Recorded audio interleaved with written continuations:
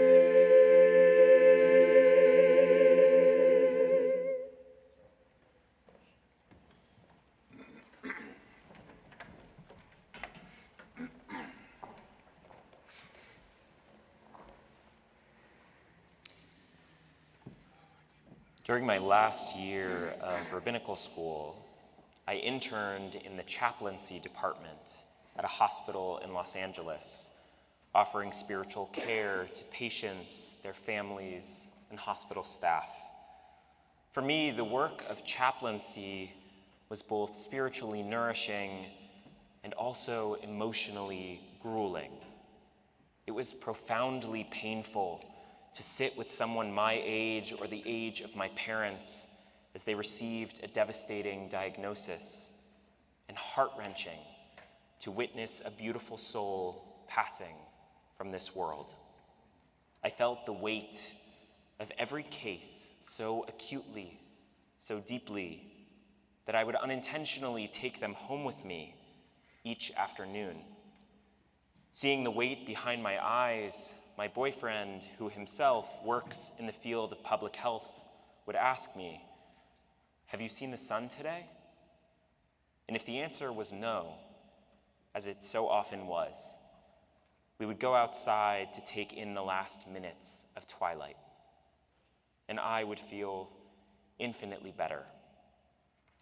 In the poetic wisdom of Kohelet we read, "Umatok ha'or v'tov le'einaim lirot et hashemesh." How sweet is the light. What a privilege for the eyes to behold the sun. During my last few weeks at the hospital, I visited the same family a number of times. The patient was a warm and brilliant woman who had recently celebrated her 60th birthday with a family trip to Europe. She was an artist, an adventurer, fiercely and vivaciously alive, and yet her body was failing, no longer able to support her energetic spirit. Each time I visited, we would stand in an unbroken circle. Her husband, children, mother, and I, holding hands, singing songs, and speaking words of comfort and ease. The only way I can describe what I experienced in those circles was that of transformative, timeless, and unbreakable love, of divine love.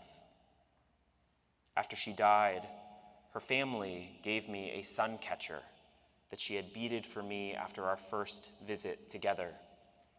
It hangs in the window in my kitchen here in Chicago, and once a day creates a beautiful tapestry across the adjacent wall. When I'm lucky enough to witness this marvel, I am flooded with special memories and feel the loving embrace of that same divine love. Even after departing the physical world, this beautiful soul is still helping me see and embrace the sun. When we lose someone, whether it is a person we have known all our lives or for a short but meaningful period, there's an impression that is left upon our hearts, one that colors how we understand and move through the world.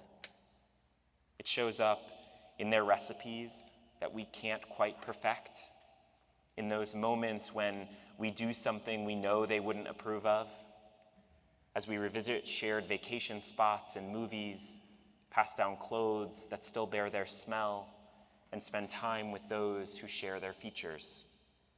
For me, the break fast at Yom Kippur is one of these moments in which my heart becomes acutely aware of the gaps around the table, central figures whose physical presence is no longer there. I'd imagine that many of us can relate to this experience, either on this or other special days throughout the year. The word Yizkor is derived from the Hebrew root zachor, to remember. And on Yom Kippur, we take the time to remember those who have departed this world, loved ones who have died in recent days, and those whose death, while more distant, remains ever present in our minds.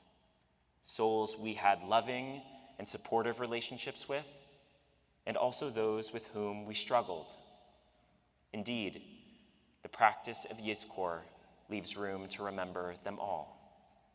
The Kabbalists believed that when God created human beings, God breathed a divine spark of light into them, a source that resides outside of physicality and understanding. Like the wick of a candle, our bodies are vessels for this divine and everlasting light, allowing it to grow and change as we move throughout the world. But of course, we know that a wick is not eternal. With time, it burns down and eventually is extinguished, returning that divine light to its original source.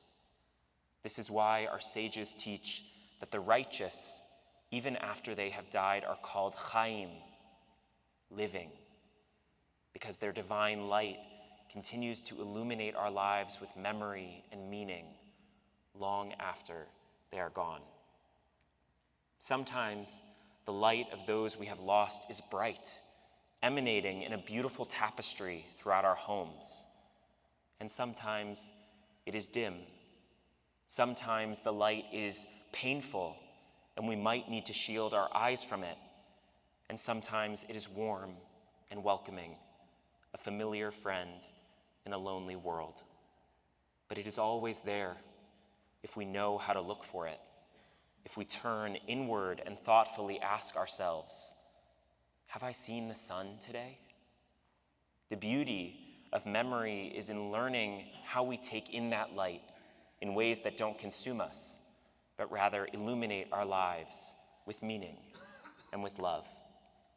We can do this by engaging in moments of regular reflection, perhaps through meditation or prayer, in which we consciously recall memories of those we have lost. We do this by creating personal rituals, by lighting yahrzeit candles and returning to grave sites on significant days, continuing shared hobbies, and nurturing special traditions. We do this by passing down stories, the legacy of those who are no longer present.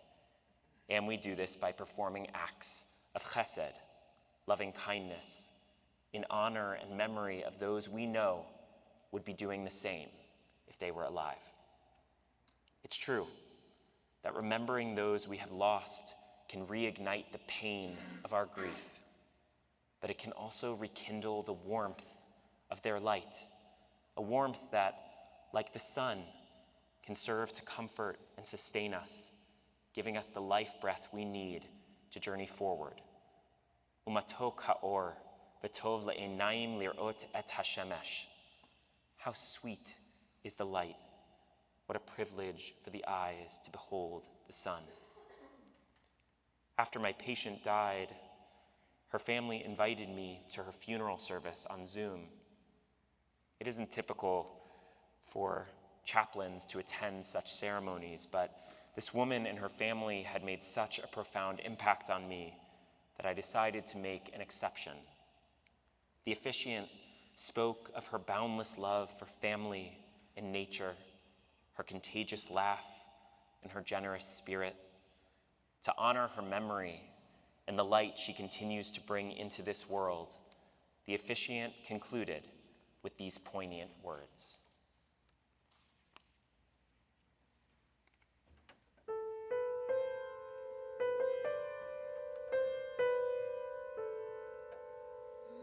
In the rising of the sun, we remember. In the blowing of the wind, we remember. In the opening of buds, we remember. We remember.